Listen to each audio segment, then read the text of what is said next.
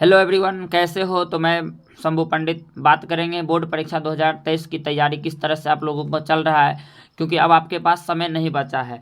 जुलाई ख़त्म है आपका, अगस्त आपका ख़त्म है, सितंबर ख़त्म, अक्टूबर ख़त्म। नवंबर से किस तरह से पढ़ना है ताकि 90% नंबर स्कोर कर सके। 10th और 12th दोनों के लिए है।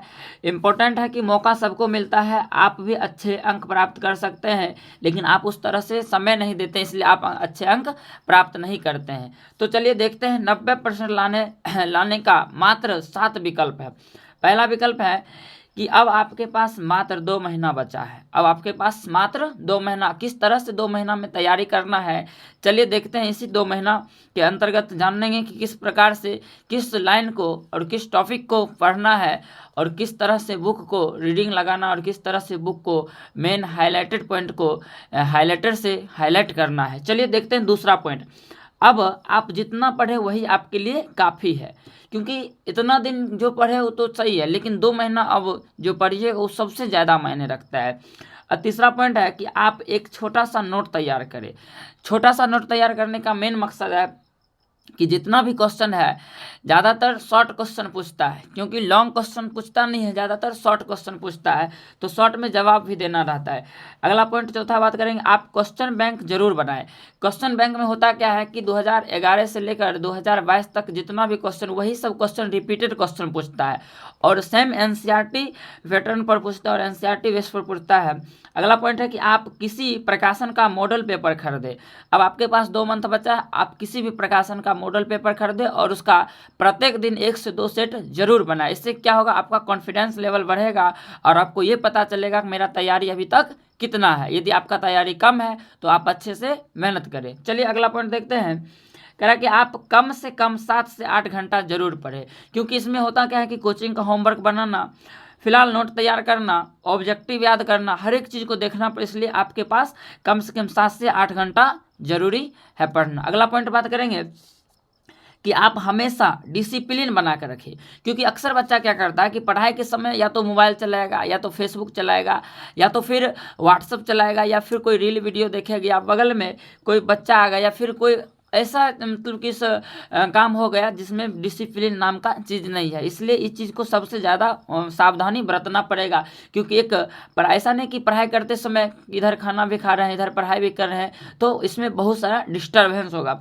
इसलिए आप डिसिप्लिन बना कर रहें और शांति से पढ़ें। चलिए इतना तक तो पढ़ाई की बात था। अब कौन सा सब्जेक्ट को कितना देर पढ़ेंगे ताकि वो सबसे ज़्यादा मायने रखेगा, तो चलिए देखते हैं। पहला है गणित। गणित 100 नंबर के बच्चों पूछता है, जिसमें 50 नंबर ऑब्जेक्टिव, 50 नंबर आपका सब्जेक्टिव है। प्रतिदिन इसको 2 घंटा पढ़ना है। अब 2 घंटा इसलिए रखे हैं क्योंकि 1 घंटा यदि आप रिवीजन करते हैं तो 1 घंटा आप ऑब्जेक्टिव को सॉल्व कीजिएगा और फॉर्मूला को याद कीजिए। अगला है विज्ञान। विज्ञान 80 नंबर का पूछता है, जिसमें 20 नंबर जो है प्रैक्टिकल स्कूल से मिलता है। प्रतिदिन इसको 1.5 घंटा पढ़ना है, इसी में आपको ऑब्जेक्टिव भी याद करना है। चलिए अगला देखते हैं सामाजिक विज्ञान।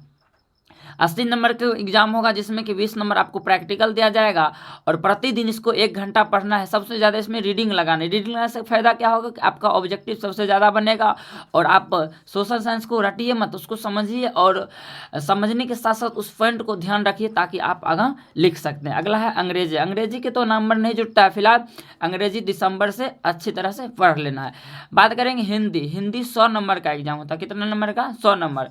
तो हिंदी 100 नंबर का, और वैसे भी मातृभाषा हिंदी है, तो इसको 2 घंटा पढ़िएगा ताकि इसमें बहुत सारा पत्र लेखन गद्यांश, उसके बाद इसमें ऑब्जेक्टिव देखना पड़ेगा, बुक को रीडिंग लगाना ताकि अशुद्धता दूर होगा, जाकि शुद्धता आएगा। ठीक। अगला बात करें संस्कृत। संस्कृत 100 नंबर का पूछता है, इसको प्रत्येक दिन 2 घंटा पढ़ना है। प्रत्येक दिन 2 घंटा अच्छे से पढ़ना है। व्याकरण। व्याकरण सबसे मायने रखता है, संस्कृत व्याकरण हो या हिंदी व्याकरण हो, दोनों को पढ़ना पड़ेगा, और प्रतिदिन इसको 1 घंटा कम से कम पढ़िए। और आप निश्चित है कि 7 से 8 घंटा प्रत्येक दिन पढ़िए और समय के फ्लो कीजिए, ताकि ऐसा नहीं कि आज 2 घंटा पढ़ लिए, फिर कल 2 घंटा पढ़ लिए, फिर परसों पढ़ लिए, नहीं, ऐसा प्रत्येक दिन आपको पढ़ना है। 6 से 7 घंटा, 7 से 8 घंटा, और अपने अनुसार टाइम टेबल बनाइए ताकि आपको सबसे ज़्यादा अपने अनुसार, क्योंकि हम यदि टाइम टेबल बनाते हैं तो किसी का कोचिंग सुबह में होगा, किसी की कोचिंग 10 बजे होगा, किसी का कोचिंग शाम का होगा, तो अपने अनुसार आप टाइम टेबल बनाइए।